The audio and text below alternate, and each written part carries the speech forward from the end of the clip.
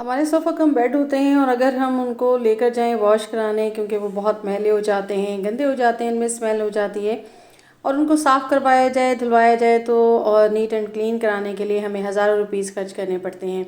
आज मैं आपके साथ शेयर करूंगी बिल्कुल किचन में मौजूद 5 रुपए की इस चीज़ से हम अपने सोफ़ा कम बेड को बिल्कुल नीट एंड क्लीन करेंगे और उसका गद्दा भी नहीं बैठेगा। इसी तरीके से जब बारिश वगैरह का मौसम है और बारिश होती है तो हम अपनी छतों को किस तरीके से साफ़ कर सकते हैं और अपनी बचत कर सकते हैं बिजली की। बिल्कुल बगैर मोटर चलाए आप अपनी छतों को करेंगे साफ़। बिस्मिल्लाहिर्रहमानिर्रहीम, अस्सलाम वालेकुम। कैसे हैं आप सब? उम्मीद करती हूँ खैरियत से होंगे।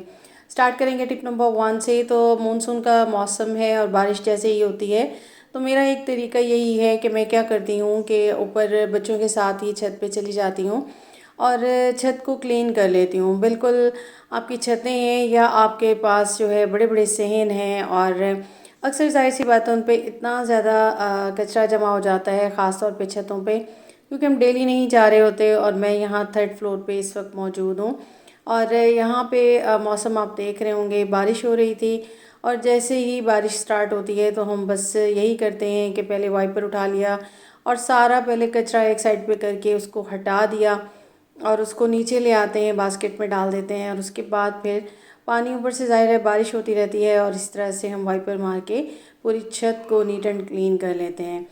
एक तो बच्चे खेल रहे होते हैं और बारिश में इंजॉय भी कर रहे होते हैं, साथ साथ इस तरीके से काम करना आसान हो जाता है। बच्चों को साथ में लगाइए, वो इंजॉय भी करेंगे और साथ साथ आपके साथ छत को भी क्लीन कर लेंगे। इस तरह तो ज़ाहिर है काम करने में हिचकिचाते हैं, लेकिन जब बारिश हो रही हो तो बच्चे बहुत आसानी के साथ कर लेते हैं। तो हम भी इसी तरह से कर रहे थे। उसके बाद हमने थोड़ा थोड़ा सर्फ डाल दिया और उसके बाद हम इसको वाइपर लगाते गए तो ये बिल्कुल छत आप देखें काफ़ी बड़ी छत थी और बरामदा और छत दोनों ही नीट एंड क्लीन हो गए हैं। तो इस तरीके से आप अपने कामों को आसान कर सकते हैं। बिल्कुल आपका खर्चा भी नहीं होता, आपकी पानी की भी बचत हो गई और आप बगैर मोटर चलाए आपने छत को कर लिया नीट एंड क्लीन।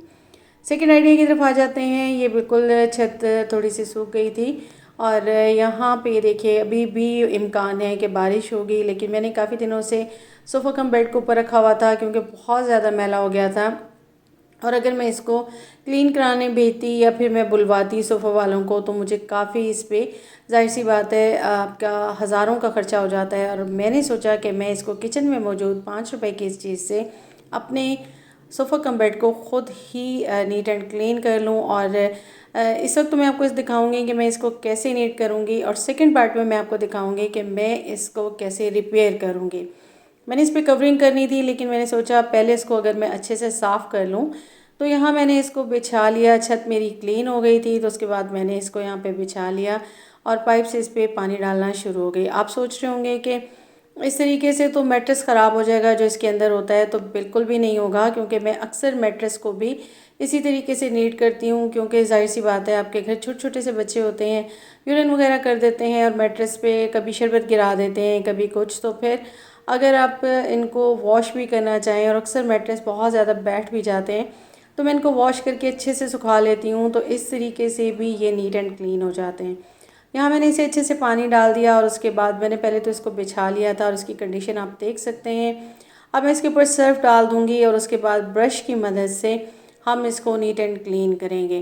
ठीक है जी, सर्फ मैंने बना के रखा था और काफ़ी पावरफुल सर्फ है, जिसमें मैंने आपको बताया था अपनी वीडियो में कि मैं इसके अंदर जो है मैंने इनो भी डाला था और उसके अंदर मैंने जो है मीठा सोडा, कास्टिक सोडा और सॉफ्टनर डाला था। तो इस तरह से मैं उस सर्फ से अपने इस सोफ़ा कम बेड को जो है वो नीट करूँगी। अच्छा, इसकी यहाँ से पार्टीशन होती है, आप देख रहे होंगे, तो इसको मैं कवर भी करूँगी और वो नेक्स्ट पार्ट में मैं आपको दिखाऊँगी। यहाँ पे आप इसकी कंडीशन देख रहे हैं, बहुत ज़्यादा ये गंदा हो गया था। तकरीबन इसको 12 साल हो गए हैं, बिल्कुल वॉश नहीं हुआ, तो 12 साल के बाद हम इसको वॉश कर रहे हैं। तो उसके बाद मैं आपको दिखाऊंगी कि इसको मैं किस तरीके से नीट करती रहती हूँ। तो यहाँ पे सर्फ डाल दिया, उसके बाद थोड़ा थोड़ा पानी डालते जाएंगे और बच्चे भी साथ में लग गए थे, क्योंकि बच्चे साथ में लग जाएं तो काम करना ज़रा आसान हो जाता है। सबको मैंने ब्रशेस पकड़ा दिए और इस तरीके से हाथों से और ब्रशेस से इसको अच्छे से करते जा रहे हैं।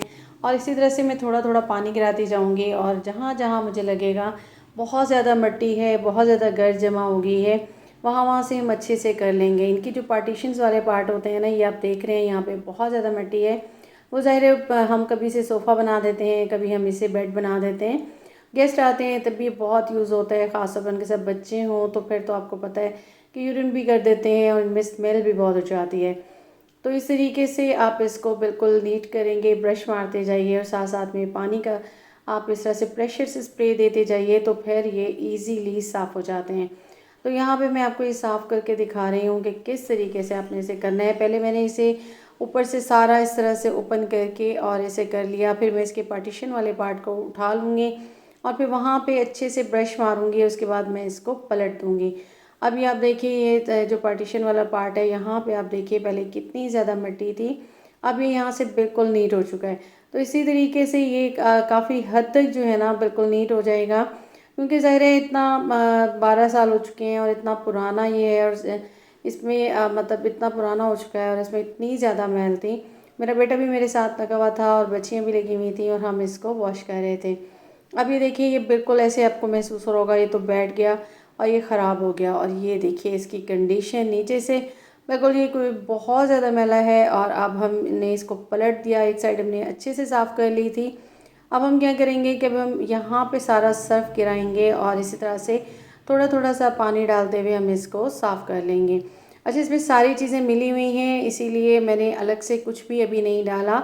और जब भी मैं इसको नीट कर लूँगी ना फिर मैं आपको दिखाऊंगी कि मैं इसकी स्मेल को दूर करने के लिए और सोफ़ा हमारा जो है ना ये मैट्रेस बैठ ना जाए, इसके लिए मैं क्या करने वाली हूँ। यहाँ मेरी छोटी सी बेटी भी लगी हुई थी साथ में, उनको बड़ा शौक़ है कि मैं भी साथ में काम करूँ, तो उसको भी हमने साथ में लगाया हुआ था और वो भी बड़े मज़े से सफाई के कामों में हमारे साथ लगी हुई थी। तो घर को नीट एंड क्लीन करना, एक एक चीज़ को चमकाना हम ख़वातीन का ही काम होता है, हमने ही देखना होता है। और जब हम चीज़ों को थोड़ा सा इग्नोर कर दें, ज़ाहिर सी बात है इतना सारा आपका वर्क होता है कि आपको जो है ना उसके लिए उसके लिए आपको जो है कोई कोई चीज़ इग्नोर भी हो जाती है तो फिर उसको साफ़ करना थोड़ा सा टाइम गेनिंग होता है, आपको टाइम देना पड़ता है और उसके बाद ही ये नीट हो जाती हैं चीज़ें।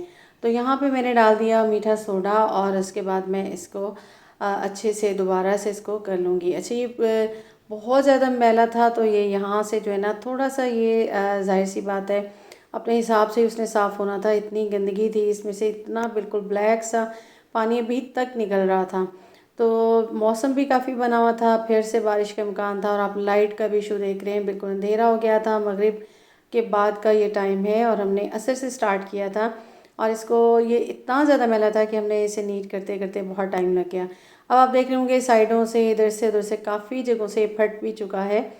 तो इसकी रिपेयरिंग इंशाल्लाह मैं आपको नेक्स्ट वीडियो में दिखाऊंगी, क्योंकि मैं इसके सूखने का वेट कर रही थी। और इस तरीके से मैंने इसको डाल दिया चारपाई पे ताकि नीचे से मैला ना हो।